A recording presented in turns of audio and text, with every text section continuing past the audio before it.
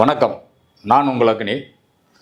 இன்றைக்கு முக்கிய செய்தி என்னன்னு கேட்டிங்கன்னா, 450க்கு மேற்பட்ட ஆம்னி பேருந்துகள் கையெழுத்தாகாமையே முடங்கி கிடக்குது. போக்குவரத்து ஆணையரே என்ன பண்ணுறாரு? ஏன் அந்த கையெழுத்து இந்த கோப்புகளுக்கு போடாமல் வச்சுட்ருக்காரு? இதுதான் பிரச்சனை. இப்போ ஆம்னி பஸ் உரிமையாளர்கள் பூராமே மன உளைச்சலோடு இருக்காங்க. 450 பஸ்ஸு ஓடலை, இப்படியே நிறுத்தி கிடக்குது. இதற்கு என்ன காரணம்? ஏன் அமைச்சர் இது கண்டுகொள்ளவில்லை? ஏன் இந்த போக்குவரத்துறை ஆணையர் இந்த கோப்பில் கையெழுத்து போடாமல் வச்சிட்ருக்காரு? இது வேணும்னே செய்கிறாரா, இல்லை இந்த அரசாங்கத்திற்காக இவர் முட்டு கொடுக்குறாரா, அமைச்சரை கேட்கணுமா?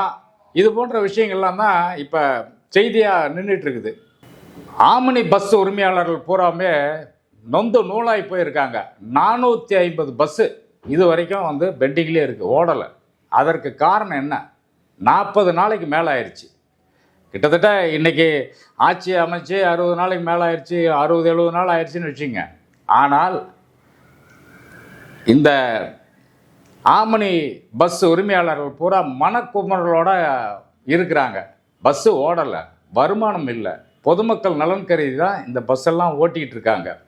இப்படி இருக்கிற பட்சத்தில் இந்த பஸ்ஸுகளுடைய கோப்புகளை ஏன் கையெழுத்து போடாமல் வச்சிட்ருக்கிறாரு?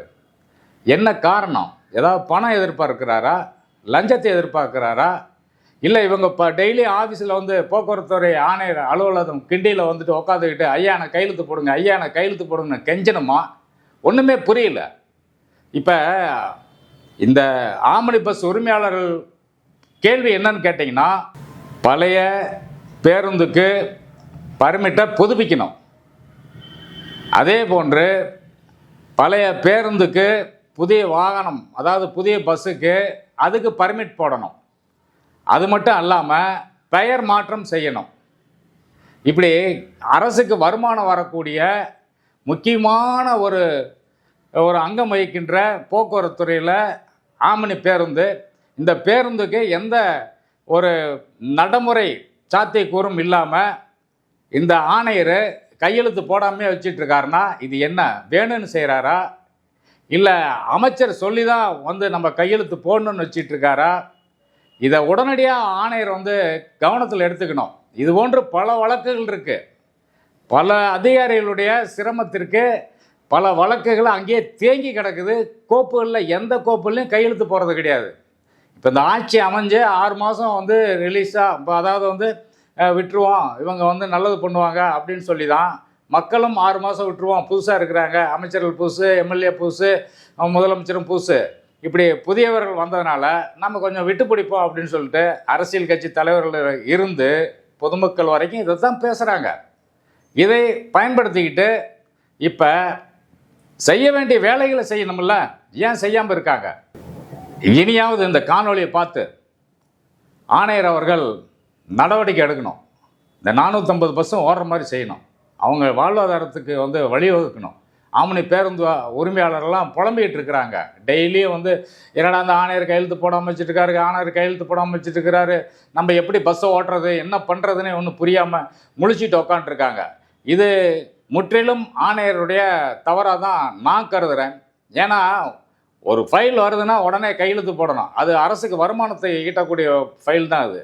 ஒரு புதிய பர்மிட்னா அதுக்கு உண்டான கட்டணத்தை செலுத்துவாங்க, ரினியூவல்னா அதுக்கு உண்டான கட்டணத்தை செலுத்துவாங்க, நேம் டிரான்ஸ்ஃபர்னால் அதுக்கு உண்டான கட்டணத்தை செலுத்துவாங்க, ஒரு இந்த வண்டிக்கு எஃப்சி காட்டுறதுனா கூட அதுக்கு உண்டான கட்டணம் செலுத்துவாங்க. இப்படி அரசுக்கு வருமானத்தை ஈட்டுத்தர ஒரு போக்குவரத்துறையில் ஆம்னி பேருந்து உரிமையாளரை மன உளைச்சலை ஏற்படுத்தும் இந்த டிசி என்ன வேலை செய்கிறாரா இல்லையா? அதுதான் முக்கியமான கேள்வி.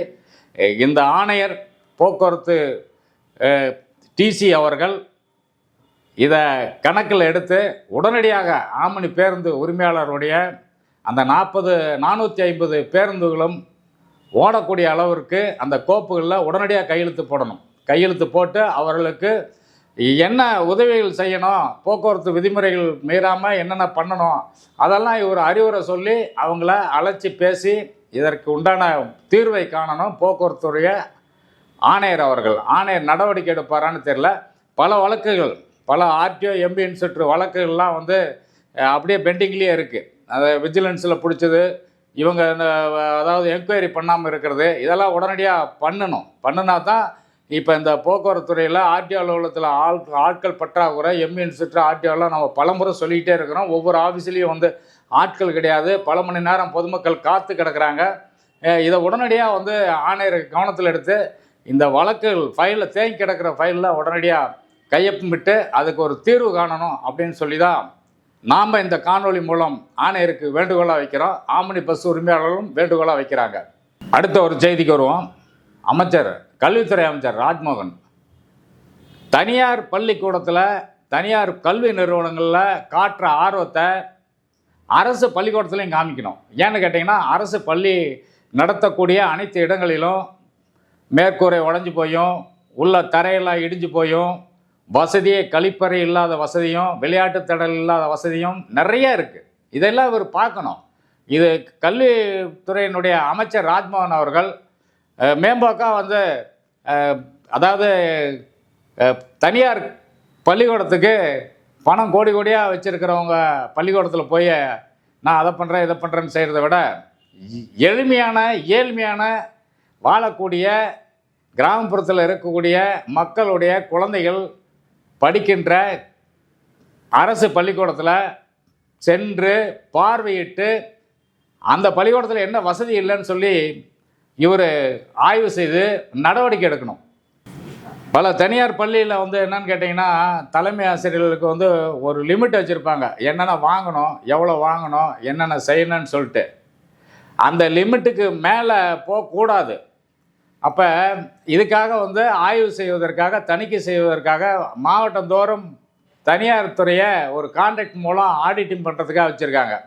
சில தலைமை ஆசிரியர்கள் பில்லை, அதாவது வாங்காத பொருளுக்கு வாங்கியதாக பில்லை போட்டு அந்த தணிக்கை பண்ணக்கூடிய அந்த அதிகாரிகள், தனியார் துறை ஆடிட்டிங் செய்யக்கூடியவர்களுக்கு லஞ்சத்தை கொடுக்குறதும், சில பேர் லஞ்சமே வாங்க மாட்டேன், நான் நீ இதை செய்யணும், பேனா வாங்கியிருக்க மாட்டேன், பென்சில் வாங்கியிருக்க மாட்டேன், பவுட்ரு வாங்கியிருக்க மாட்டேன், அல்லது வந்து ஏதாவது கழிப்பறைக்கு ஏதாவது டட்டாயில் பெனாயில் வாங்கியிருக்க மாட்டேன், இதுக்கெல்லாம் நான் கையெழுத்து போட முடியாது அப்படின்னு சொல்கிற தணிக்கை ஆடிட்டரும் இருக்காங்க. லஞ்சம் பெறக்கூடிய தணிக்கை ஆடிட்டரும் இருக்காங்க. ஏன்னா தனியார் பள்ளிக்கூடத்தில் இருக்கிறத விட அரசு பள்ளிக்கூடத்தில் நிறையா செய்ய வேண்டிய வேலைகள் ராஜ்மோகன் அதாவது பள்ளி கல்வித்துறையினுடைய அமைச்சருக்கு இருக்குது. இதை அவர் செய்யணும். ஆய்வு செய்வாரான்னு தெரியல. செஞ்சால் பரவாயில்ல. குழந்தைகள் படிப்புக்கு முன்னோடியாக இருக்கின்ற தாவேகா தமிழக வெற்றி கழகம், தமிழ்நாட்டினுடைய முதலமைச்சர் பல்வேறு நடவடிக்கைகள் எடுத்துகிட்டு இருக்காரு. இந்த அமைச்சர்கிட்டையும் பேசணும். இந்த அமைச்சர்கிட்ட பேசணும், போக்குவரத்துறை அமைச்சர்கிட்டையும் சொல்லணும், எந்த ஃபைலும் தேங்காமல் இருக்கணும், எல்லாம் உடனடியாக தீர்த்து வைங்க அப்படின்னு சொல்லி இவர் ஒரு ஆணையை முதல்வர் பிறப்பிக்கணும். இதை செய்வாரா முதல்வர் என்று பார்ப்போம். மீண்டும் உங்களை அடுத்த காணொலியில் சந்திக்கிறேன். நன்றி, வணக்கம். இதை பார்க்கின்ற அத்தனை பேரும் சப்ஸ்கிரிப்ஷன் பண்ணுங்கள், வியூஸ் போடுங்க. ஏன்னா நான் உங்கள் வீட்டு பிள்ளை, நான் தொடர்ந்து இதை சொல்லிகிட்டே இருக்கிறேன். பல செய்திகளை என்னால் முடிந்த அளவுக்கு உங்களிடம் செய்திகள் கொண்டு வந்து சேர்க்கிறேன். வேண்டும் என்கிற சமூக ஆர்வலர்கள் எங்களுடைய வாட்ஸ்அப் மூலமாக தகவல்களை தெரிவிக்கலாம். வாட்ஸ்அப் எண் 9894955285 எங்களுடைய வாட்ஸ்அப்பு. அதில் புகைப்படமாகவோ ஏதோ செய்திகளை அனுப்பலாம். மேலும் ஒரு சின்ன விஷயந்தான், எங்களுடைய அம்மா நியூஸ் செய்தி சேகரிப்பதற்கு மாவட்டம் தோறும் செய்தியாளர்களை தேர்வு செய்ய இருக்கிறோம். அதில் விருப்பம் இருக்கிறவர்கள், தகுதியானவர்கள் எங்களோடு தொடர்பு கொள்ளலாம். 9894955285. மீண்டும் ஒரு முறை இந்த காணொளி மூலம் சொல்கிறேன். எங்களுடைய தொலைபேசி எண், வாட்ஸ்அப் எண் 9894955285. நன்றி, வணக்கம்.